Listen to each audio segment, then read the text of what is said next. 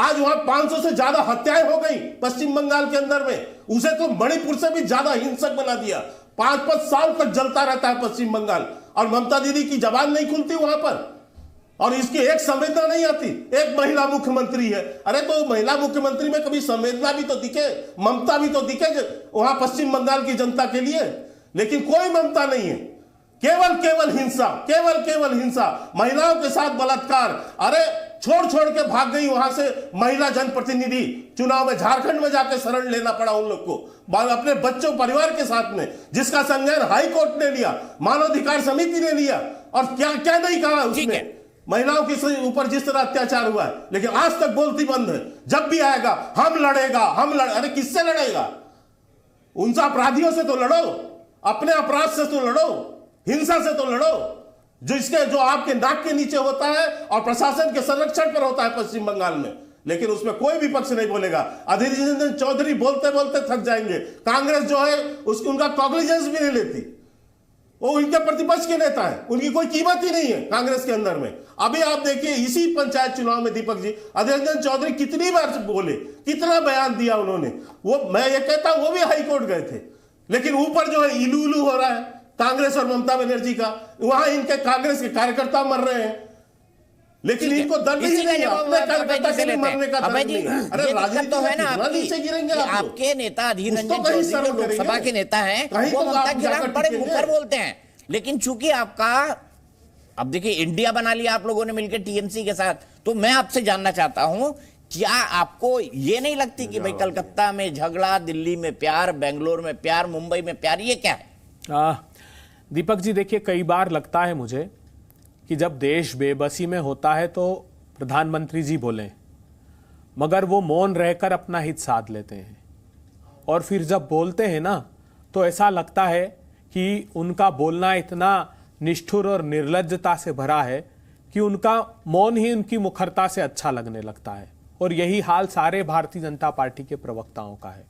जब हम एक गंभीर और संवेदनशील विषय पर चर्चा कर रहे हैं तो कितनी नफरत, नकारात्मकता, निराशा जाहिर करते हैं। मैंने एक बार भी नहीं कहा, किसी इंडिया के सदस्य ने नहीं कहा कि हिंदुस्तान में सबसे ज्यादा महिलाओं के खिलाफ क्राइम रेट असम का है, एक 168, उसके बाद है हरियाणा का, उत्तर प्रदेश में 59,000 महिलाओं के खिलाफ अपराध हो रहे हैं। मर्डर और बलात्कार एक साथ जो महिलाओं के साथ हो रहे हैं वो उत्तर प्रदेश है। लेकिन आज ये मसला है ही नहीं। हाँ, बिल्कुल आवाज मुखरता से उठानी चाहिए। जिस दल को लगता है कि राज्य में कानून व्यवस्था की स्थिति अच्छी होनी चाहिए उसके खिलाफ उठाए आवाज। लेकिन ये और गंभीर मसला है। ये समझते नहीं कि ये जो मणिपुर है इसकी आग की चिंगारियां मिजोरम तक, मेघालय तक पहुंची है। और ये सामरिक दृष्टिकोण से भी इसलिए महत्वपूर्ण है कि इसकी सीमाएं चीन और म्यांमार से लगती है। हम जानते हैं कि हमारे यहां जहां भी सांप्रदायिक विद्वेष बढ़ेगा वहां पड़ोसी देशों का हस्तक्षेप बढ़ेगा। हम इसीलिए तो प्रधानमंत्री जी से पहले दिन से चाहते थे। 50 दिनों के बाद देश के गृह मंत्री जी ने सर्वदलीय बैठक बुलाई जिसका ये जिक्र कर रहे थे। उस हिंसा के बाद उसके 80 दिनों के बाद प्रधानमंत्री जी ने आकर सदन के बाहर 2 शब्द कहे, और निराशा इसलिए हुई कि वो भी उन्होंने तुलनात्मक रूप से दूसरे राज्यों के महिला अपराधों की बात की। प्रधानमंत्री जी, ये आपके मुखारविंद से ये शोभा नहीं दे रहा था उस दिन आपको चाहिए था कि मणिपुर की हिंसा पर न सिर्फ बोलें, हम एक्शन होते हुए देखना चाहते थे। हमको दुख इस बात का होता है कि देश में दंगे हो तब आप नहीं बोलते, पंडितों का कत्ल हो तब आप नहीं बोलते, मणिपुर हिंसा की आग में झोंक दिया जाए तब आप नहीं बोलते। तो आप प्रधानमंत्री फिर हैं किस लिए? हम सब लोगों के अभिभावक हैं। हमारी अपेक्षा है, आपके बोलने, आपकी आवाज में असर है। हम इसलिए कह रहे थे कि आप बोलिए वहां और एक्शन लीजिए। बड़ी बात यह है, वहां पर यह भी संदेश गया कि क्या भारत की सरकार ने आर्टिकल 355 इन्वोक किया, वहां सब समाचार पत्रों में प्रकाशित हुआ।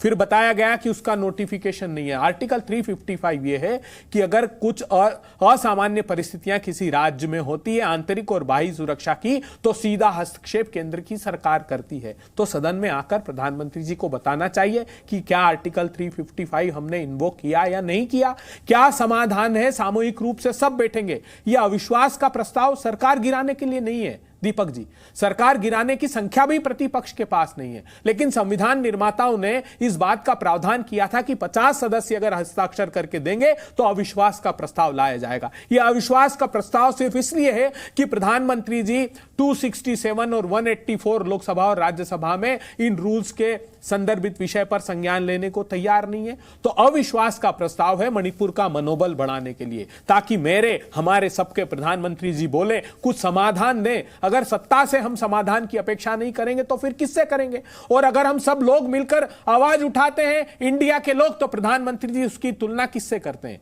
आतंकी संगठन इंडियन मुजाहिदीन। अरे प्रधानमंत्री जी, एक आतंकी संगठन से आप प्रेरणा लेते हैं? आप Indian army, Indian navy, Indian air force से प्रेरणा लेकर संबोधित करते।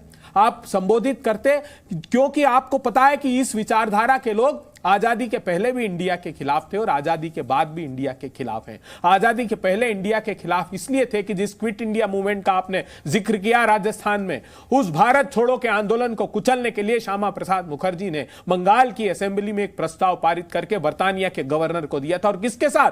वो फजलुल हक के साथ, जिसने पाकिस्तान का प्रस्ताव पढ़ा था। मैं भारी मन से ये बातें कह रहा हूं क्योंकि ये आपने बेवजह इन आरोपों को इंडिया के खिलाफ लगाया। प्रधानमंत्री जी, आज भी समय है। हम आरोप प्रत्यारोप की राजनीति करने की अपेक्षा आइए सदन में और उद्बोधन आपका दीजिए और एक समाधान दीजिए, एक रास्ता निकालिए। हम क्यों बार बार आग्रह कर रहे हैं? ताकि अकाउंटेबिलिटी फिक्स हो। और ये जो बात हमने कही है दोनों सदनों में हो, दोनों सदनों में चर्चा हो जाए। चर्चा से भी, अरे आप तो बहुत मुखरता से अपने भाषण देते हैं, टेलीप्रॉम्प्टर पर ही सही, तो टेलीप्रॉम्प्टर लगा करके पढ़ दीजिए ना, क्या दिक्कत है? मगर आइए सदन में और हम अपेक्षा करते हैं कि आप देश को एक रास्ता दिखाएंगे, एक समाधान देंगे, ताकि हम के शर्मा जी मैं आपके पास आऊंगा, लेकिन उससे पहले आपके सहयोगी ब्रजमोहन श्रीवास्तव जी भी बैठे हैं, उनका भी मैं एक वर्जन लेना चाहूंगा। ब्रजमोहन श्रीवास्तव जी, I.N.D.I.A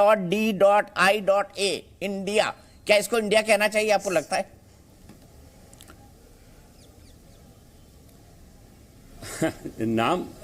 नाम से क्या होगा, मैं समझ नहीं पा रहा हूं, क्योंकि नाम के साथ काम भी तो होना चाहिए। लेकिन मुझे ऐसा लगता है कि शायद काम में कहीं ना कहीं चूक हो रही है। देखिए, अभी जितनी बातें मैं सुन रहा था लगातार, एक बात तो पहले यह समझना होगा कि देश में अगर केंद्रीय मंत्रिमंडल है और अगर उनके आदरणीय गृह मंत्री जी कोई कार्रवाई कर रहे हैं, तो ऐसा नहीं हो सकता है कि उसकी जानकारी आदरणीय प्रधानमंत्री जी को ना हो और प्रधानमंत्री जी उसके ऊपर निगाह ना रखे हों। तो ये कहना बिल्कुल गलत है कि प्रधानमंत्री जी जब तक उस पर कुछ बोलेंगे नहीं, तब तक ये मानना, आप देश को ये समझाना कि प्रधानमंत्री जी की इस पर कोई रुचि नहीं है, मैं सोचता हूँ ये चीज़ बिल्कुल गलत है। निश्चित रूप से उसके ऊपर आदरणीय प्रधानमंत्री जी की निगाहें हैं और हम लोग सब जानते हैं कि मणिपुर का जो मामला है बहुत ही संवेदनशील मामला है। ये बात सच है कि उसके ऐतिहासिक कारण एक लंबे समय से वो चीज़ आई है सामने, लेकिन ये भी बात अभी है कि वहाँ पर चूंकि अंतर्राष्ट्रीय सीमा के ऊपर वो राज्य है, वहाँ की समस्याओं को देखने के लिए हम भारत के दूसरे राज्यों के हिसाब से उसका मूल्यांकन नहीं कर सकते। तो वहाँ जो केंद्र सरकार की जो भी भूमिका है वो बहुत ज़्यादा संवेदनशील होती है और बहुत महत्वपूर्ण होती है। निश्चित रूप से विपक्ष ये चाहता है कि इस मुद्दे पे बहस हो। बहस के पहले आदरणीय प्रधानमंत्री जी अपना बयान दे दें तो फिर बहस किस मुद्दे पे होगी? फिर इनके पास तथ्य क्या है? जब इनके पास तथ्य नहीं है तो पहले तो इनकी तैयारी ये करना चाहिए कि लोकसभा में इस पर चर्चा करें गंभीरता के साथ। उसके बाद आदरणीय प्रधानमंत्री जी निश्चित रूप से जवाब देंगे। क्यों नहीं देंगे जवाब? 2018 में भी तो विपक्ष एक प्रस्ताव लाया था, उस पर भी अविश्वास प्रस्ताव लाया था, उस पर पूरी तरह से बहस हुई है। तो आज ये कहना कि सरकार नहीं चाहती है कि इसमें बहस हो, ये मैं सोचता हूँ नितांत गलत बात है। निश्चित रूप से इसमें कहीं ना कहीं INDIA पूरी तौर से गहराई से इस मुद्दे को समझ नहीं पा रहा। राष्ट्रवादी कांग्रेस पार्टी देश में किसी भी स्तर पर अगर किसी भी प्रकार की हिंसा होती है हम लोग उसका विरोध करते हैं, और खासतौर से महिलाएं और बच्चों के खिलाफ अगर कोई हिंसा होती है राष्ट्रवादी कांग्रेस पार्टी उसके बिल्कुल साथ नहीं है। लेकिन यह भी तो देखना होगा कि उस हिंसा के कारण क्या है, उस हिंसा के पीछे लोग कौन है। खाली आरोप लगाना और ये कह देना कि हिंसा जो हो रही है उसके लिए एक पार्टी या कुछ लोग जिम्मेदार हैं, यह भी गलत होगा। 7 लोग गिरफ्तार हुए हैं, CBI उसकी जांच कर रही है, जांच करने के बाद जो हकीकत है वो सामने आएगी और ये प्रक्रिया रही है।